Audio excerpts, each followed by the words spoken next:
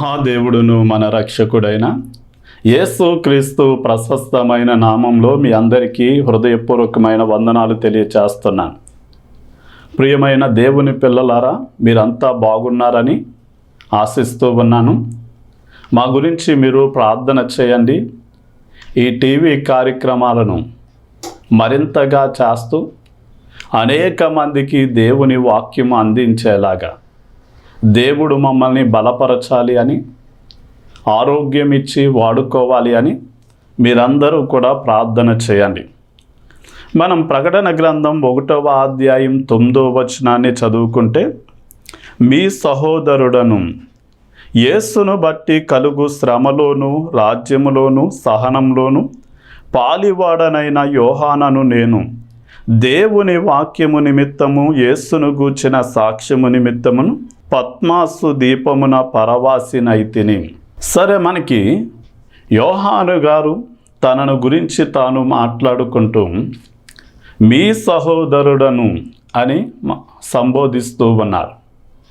ఈ రోజున సహోదరులు సహోదరీలు అని ఎవరిని గురించి అంటారు అంటే, ఒకే తల్లికి పుట్టినటువంటి కుమార్తెలను సహోదరీలు అని, ఒకే తల్లిదండ్రులకు పుట్టినటువంటి కుమారులను సహోదరులు అని మాట్లాడతారు.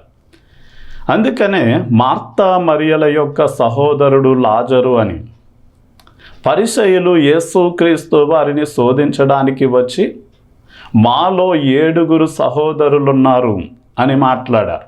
అంటే ఒకే తల్లికి తండ్రికి పుట్టినటువంటి బిడ్డలను సహోదరులు లేక సహోదరీలు అని మనకి పిలువబడతారు.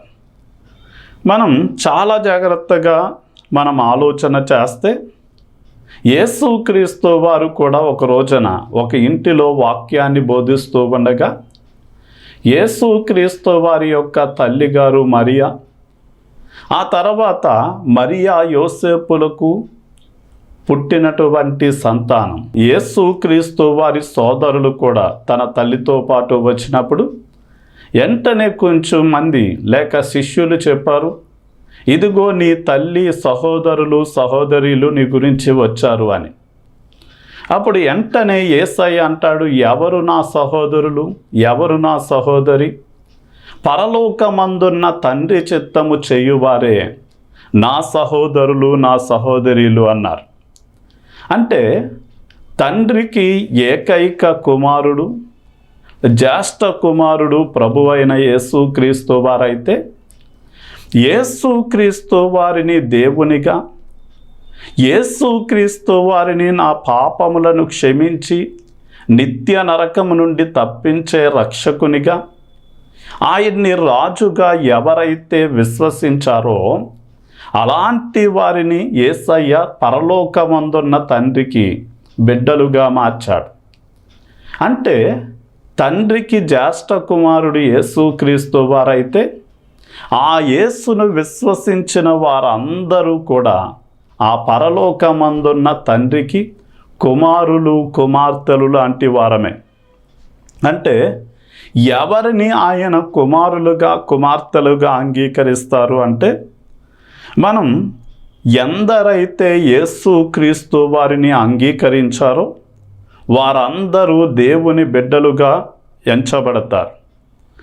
అలాగే ఎందరైతే పరిశుద్ధాత్మ చేత నడిపించబడ్డారో వారు దేవుని కుమారులు కుమార్తెలుగా ఎంచబడతారు. ఎవరైతే పరలోకమందున్న తండ్రి చిత్తాన్ని నెరవేరుస్తారో వారే పరలోకమందలి తండ్రికి బిడ్డలుగా ఉంటారు.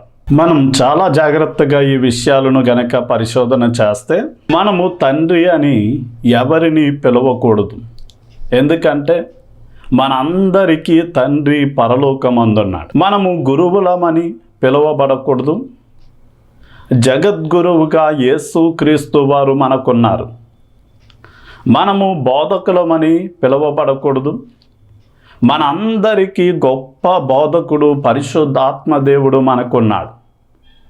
అయితే మనము ఎవరము అంటే, పరలోకమందున్న దేవుణ్ణి తండ్రిగా కలిగి ఆయన ఆత్మను కలిగి మనం ఆయన యొక్క బిడ్డలముగా భూమి మీద జీవిస్తున్నాము గనక యేసుక్రీస్తు వారిని విశ్వసించిన ప్రతి పురుషులు కూడా అన్నదమ్ములుగా ఉన్నారు. ప్రతి స్త్రీలు కూడా, ప్రతి పురుషులందరూ కూడా వారు అన్నదమ్ములుగా ఉన్నారు. స్త్రీలందరూ కూడా వారు అక్క చెల్లెళ్ళుగా ఉన్నారు. అంటే మన అందరికీ తండ్రి ఒక్కడే. మనము ఆయన పిల్లలుగా అన్నదమ్ములము, అక్క చెల్లెళ్ళము అనే విషయాన్ని మనము గ్రహించి మనము సహోదరులుగానే పిలువబడడం మంచిది. ఇక ప్రకటన గ్రంథం మనం 1వ అధ్యాయం 9వ వచనాన్ని మనం చూస్తే, మీ సహోదరుడను యేసును బట్టి కలుగు శ్రమలోను, రాజ్యములోను, సహనములోను పాలివాడనైన యోహానను నేను అంటాడు. అంటే మనము రెండవదిగా పాలి భాగస్థులుగా, పాలివారముగా ఉండాలి. ఉదాహరణకి ఒక వ్యాపారాన్ని ఒక వ్యక్తి కొనసాగించలేననుకున్నప్పుడు, ఒక ఇండస్ట్రీని ఒక వ్యక్తి కొనసాగించలేననుకున్నప్పుడు, ఒకే పెద్ద పంట పొలాన్ని ఒక వ్యవసాయకుడు నేను పండించలేను అనుకున్నప్పుడు వారు మరొకరిని జత తీసుకుని వారు కలిసి పార్ట్నర్లుగా ఆ పంటను పండించడం, ఆ ఇండస్ట్రీని నడిపించడం, అలాగే వ్యాపారాన్ని కొనసాగిస్తూ ఉంటారు. అంటే పాలిభాగస్తులు అంటే ఎంతమంది అయితే పాలిభాగస్తులై ఉన్నారో వారు యజమానులుగా ఉంటారు. వారందరి మీద సమానమైనటువంటి బాధ్యత ఉంటుంది. వారందరూ కలిసి కష్టపడి ఆ పనిని కొనసాగించాలి. అలాగే లాభము కలిగిన, నష్టము కలిగిన వారందరూ కూడా కలిసి పంచుకోవాలి. మనము కూడా దేవుని పనిలో ఎలా ఉండాలి అంటే పాలి భాగస్థులుగా ఉండాలి. మనము లేకుండా దేవుడు ఏమీ చెయ్యడు అన్న విషయం మనం గ్రహించాలి. అంటే ఆయన చెయ్యలేడా అంటే ఆయన చెయ్యగలడు కానీ ఆయన చెయ్యడు. అదే సమయమందు ఆయన లేకుండా మనము ఆయన కోసం ఏమీ చెయ్యలేము అనేది గుర్తించాలి. అంటే ఆయన లేకుండా మనము ఏమీ చెయ్యలేము గనక దేవుని పని చెయ్యాలి అనుకున్న ప్రతి ఒక్కరూ మనము దేవునితో కలిసి ఏం చెయ్యాలి అంటే దేవుని పనిని కొనసాగించేవారిగా ఉండాలి. ఉదాహరణకి పౌలు, బర్నబా కలిసి దేవుని యొక్క పని చేశారు. పౌలు, శీల దేవుని యొక్క పనిని చేశారు.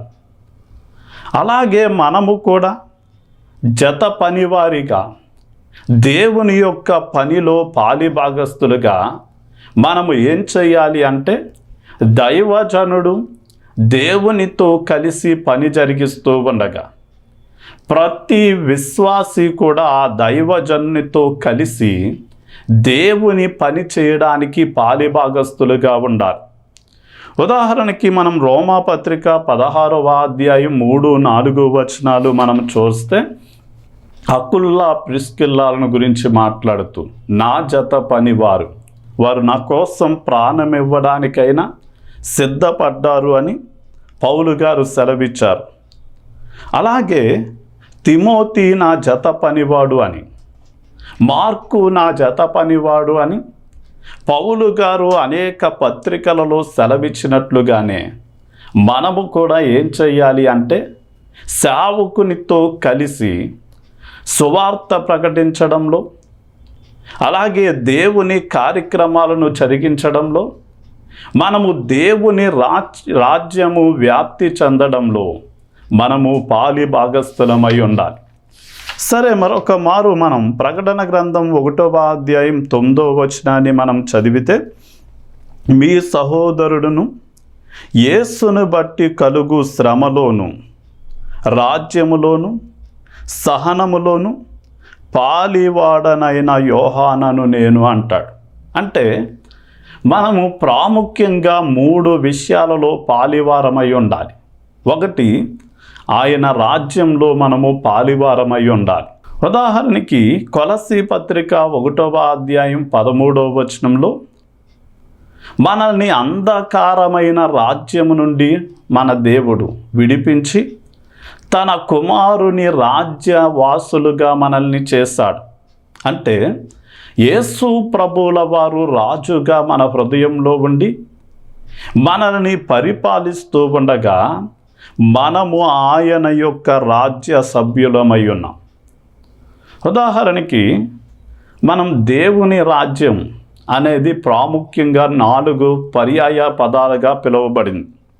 ఒకటి నిత్య జీవమని, పరలోక రాజ్యమని, దేవుని రాజ్యము అని, రక్షణ అని పిలువబడింది. మీకు ఈ వాక్యాలు కావాలి అంటే లూకాసు వార్త 18వ అధ్యాయం 18వ వచనంలోను, 24వ వచనం, 26వ వచనం, 30వ వచనంలో ఒకే విషయం 4 పదాలను వినియోగించారు. ఉదాహరణకి ఇది ఎప్పుడు జరిగింది అంటే, ఒక ధనవంతుడు నిత్య జీవానికి నేను వారసుడనవుటకు నేనేం చేయాలి అన్నప్పుడు యేసయ్య ఆ ప్రశ్నకు సమాధానమిస్తూ దేవుని రాజ్యమని, పరలోక రాజ్యమని, నిత్య జీవమని, రక్షణ అని ఆయన సంబోధించాడు.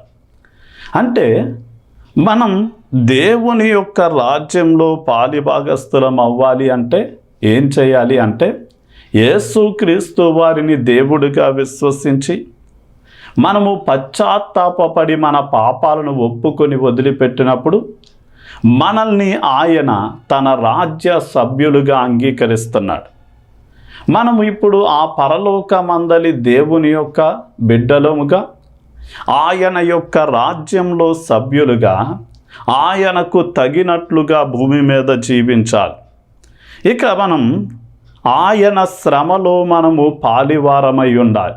అంటే దేవుని బిడ్డలుగా ఆయన రాజ్యంగా మారిపోతే సరిపోదు, కానీ మనము ఆయన వలన కలిగే శ్రమలలో కూడా పాలివారముగా ఉండాలి.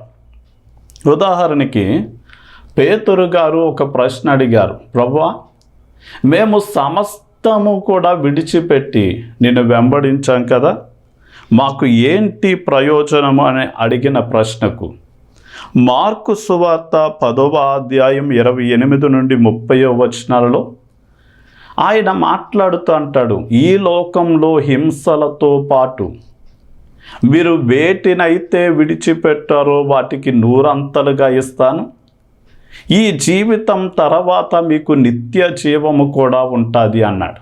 అంటే దేవుని బిడ్డలుగా, దేవుని రాజ్య సభ్యులుగా మారిన ప్రతి ఒక్కరూ కూడా దేవుని వలన కలుగుతూ ఉన్న శ్రమలలో కూడా నేను పాలిభాగస్తున్నని, వాటిని భరించడానికి, సహించడానికి మనము సిద్ధపడాలి.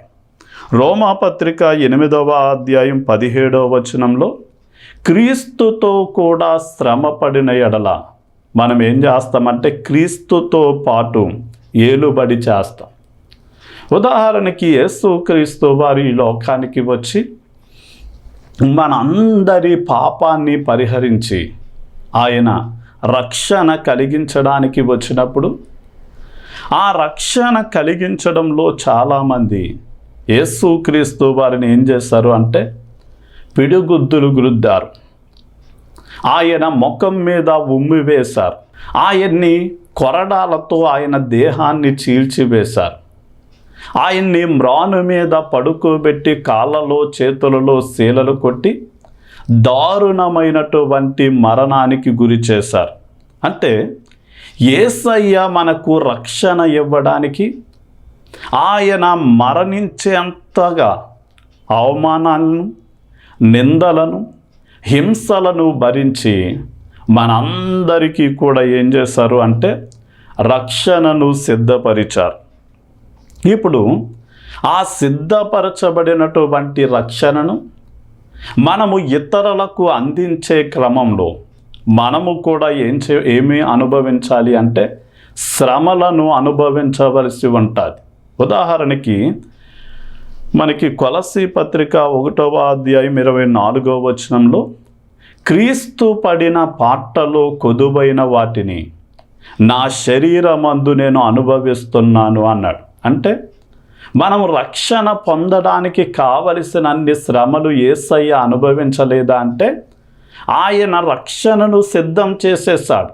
కానీ సిద్ధపరచబడిన రక్షణ ఇతరులకు అందించడంలో పౌలు గారికి అనేక అవమానాలు, నిందలు, శ్రమలు, హింసలు పొందవలసి వచ్చింది.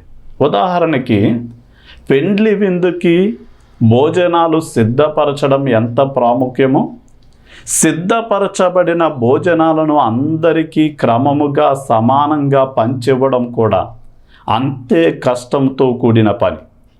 అలాగే యేసుక్రీస్తు వారు మానవ జాతికి కావలసిన రక్షణ అంతటిని సిద్ధపరిచి ఉండగా ఆ సిద్ధపరచబడిన రక్షణను మనం ఇంటింటికి ప్రతి వ్యక్తి దగ్గరకు తీసుకువెళ్తూ ఉండగా ఈ రోజున అనేక మంది మత ఛాందసవాదులు తనను నమ్మిన బిడ్డలను చాలా దూషణకరంగా మాట్లాడుతున్నారు. అరచేతులతో చెంపదెబ్బలు కొడుతున్నారు. మరికొంచెం మంది కర్రలతో మోదుతూ ఉన్నారు. మరికొంచెం మంది చాకులతో, కత్తులతో పొడుస్తూ ఉన్నారు. మరికొంచెం మంది మరణానికి అప్పగిస్తూ ఉన్నారు. అంటే మనము దేవుని యొక్క బిడ్డలుగా, ఆయన రాజ్య సభ్యులుగా మనము పొందుకున్న రక్షణ ఇతరులకు అందించడంలో మనము కూడా శ్రమ పడితేనే మనము దేవుని రాజ్యంలో యేసుక్రీస్తు వారితో కలిసి కూర్చుంటాము అన్న విషయం గ్రహించాలి. ఇక ప్రకటన గ్రంథం 1వ అధ్యాయం 9వ వచనం ప్రకారం మనము సహనంలో కూడా పాలిభాగస్థులమై ఉండాలి.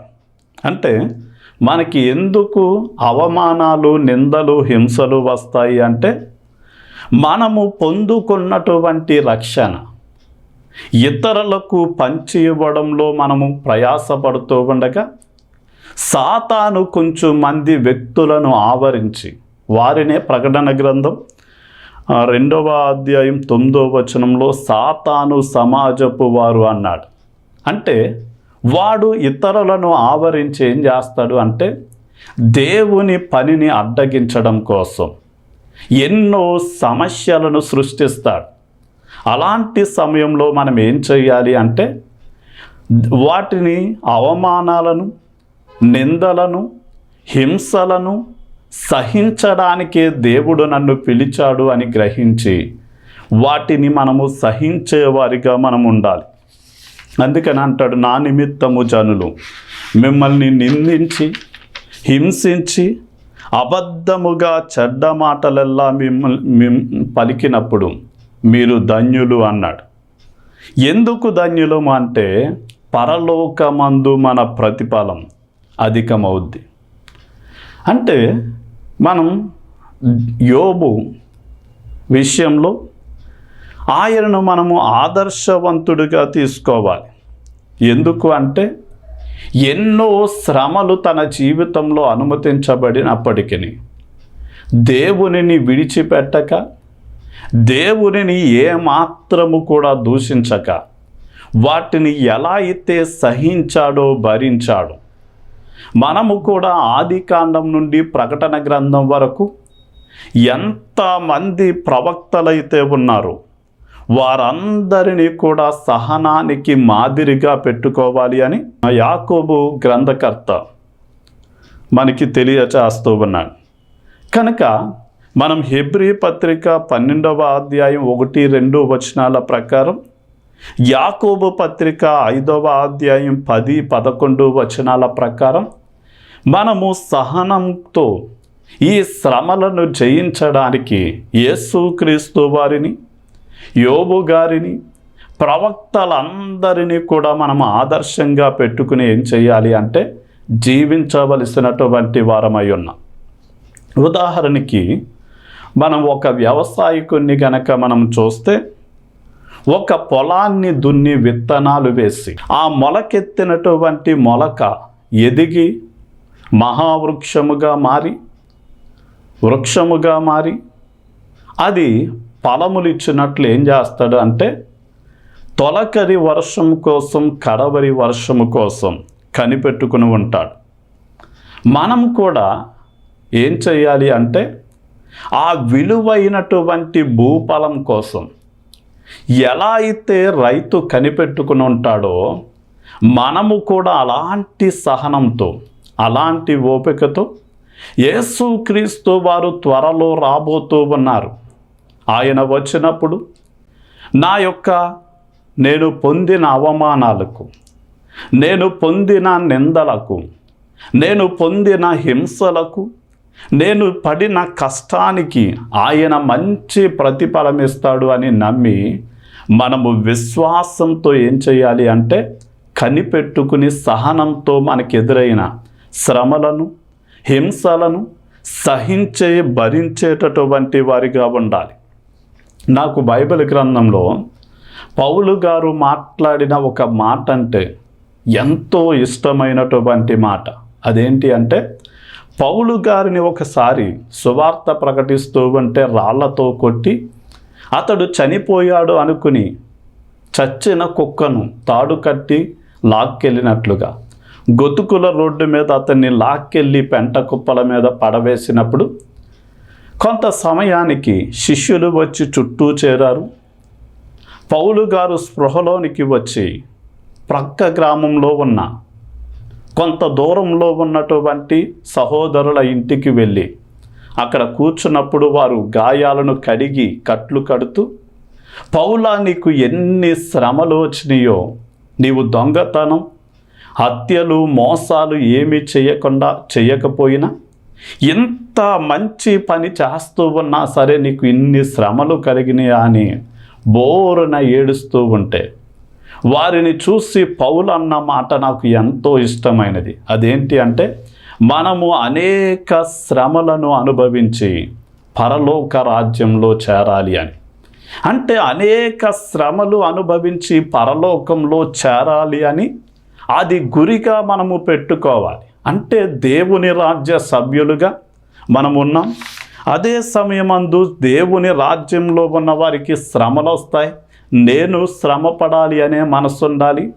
అలాగే శ్రమలలో మనము సహనం కలిగి ఉండాలి అని గుర్తించి ప్రవక్తల వలె, యేసయ్య వలె, యోబు వలె మనము శ్రమలలో సహనాన్ని మనం కలిగి ఉన్నప్పుడు రోమా పత్రిక 2వ అధ్యాయం 7-10 వచనాల ప్రకారం ఎవరైతే ఓపికతో, సహనముతో వారు దేవుని యొక్క మహిమను, ఆయన ఇచ్చేటటువంటి ఘనతను, ఆయన ఇచ్చేటటువంటి బహుమానాల కోసం వెతుకుతారో అలాంటి వారికి దేవుడు ఏం చేస్తాడు అంటే విలువైనటువంటి బహుమానాలను దేవుడు అందిస్తాడు.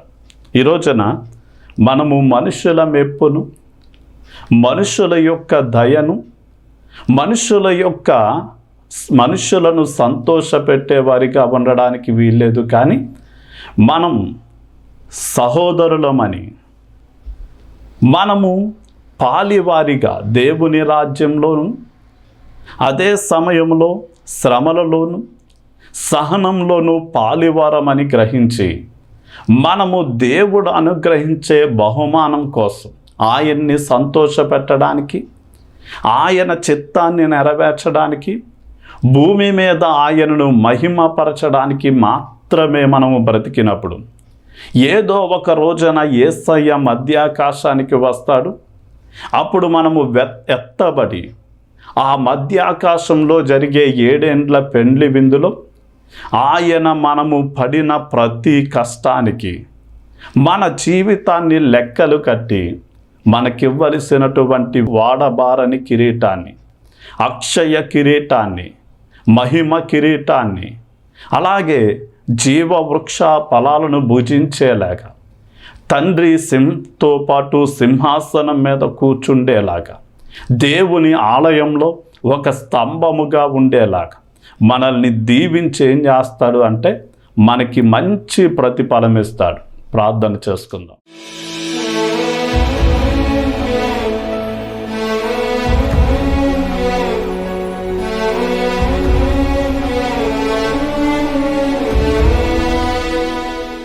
తండ్రి, నీకే వందనాలు, స్తుతులు చెల్లిస్తున్నాం నాయన. యోహాను గారు నాయన నీ పరలోకపు తండ్రికి బిడ్డగా నాయన అతని జీవితంలో నాయన మీరు ఏ విధంగా అయితే కొలువై ఉండి నాయన వారు మీరు ఆశీర్వదించారో అలాగే మేము కూడా అన్ని విషయాలలో నీవు అనుగ్రహించేటటువంటి రాజ్యంలోనూ శ్రమలోను సహనంలోనూ మేము పాలి భాగస్థులమని గ్రహించి నాయన యోహానును పద్మాసు దీపంలోనికి పంపించినప్పుడు అక్కడ ఎండకు ఎండి వర్షానికి తడిచి లేక శీత గాలులకు తట్టుకొని ఆహారము లేకపోయినా నీరు లేకపోయినా ఎన్నో శ్రమలను అనుభవించి నాయన నీవు అనుగ్రహించేటటువంటి ఉన్నతమైన బహుమానాల కోసం నీ వైపు చూసి నీ కోసమే బ్రతికినట్లుగా ఈ లోకంలో మేము నీ బిడ్డలుగా మార్చబడ్డాము, నీ రాజ్య సంబంధులుగా మార్చబడ్డాము గనక నీవు మమ్మల్ని పరిపాలించి నడిపిస్తూ ఉండగా మా జీవితంలో మేము శ్రమ పడాలి అని, మా జీవితంలో ఎదురైన శ్రమలలో సహనంగా ఉండాలి అని నాయన మేము కూడా నేర్చుకుని యేసయ్య తన ఎదుట ఉన్న ఆనందం కొరకు, అంటే ఆ తండ్రి కుడి పార్శ్వమున ఆసీనుడు అవ్వాలి అనే గురితో నాయన తన జీవితంలో ఎదురైన అవమానాలను, నిందలను, అలాగే సిలువ అనే శ్రమలను లెక్క పెట్టకుండా నాయన వాటిని సహించి భరించి నీ కుడి పార్శ్వమున ఆసీనుడై ఉన్నట్లుగానే అలాగే మేము కూడా శ్రమలలో సహనము కలిగి వీటిని జయించి నీవు అనుగ్రహించే మెప్పును, ఘనతను, నీవు అనుగ్రహించే శాశ్వతమైన బహుమానాలు పొందుకోవడానికి సహాయం చేయమని యేసు నామములో అడిగి వేడుకుంటున్నాం తండ్రి. ఆమేన్.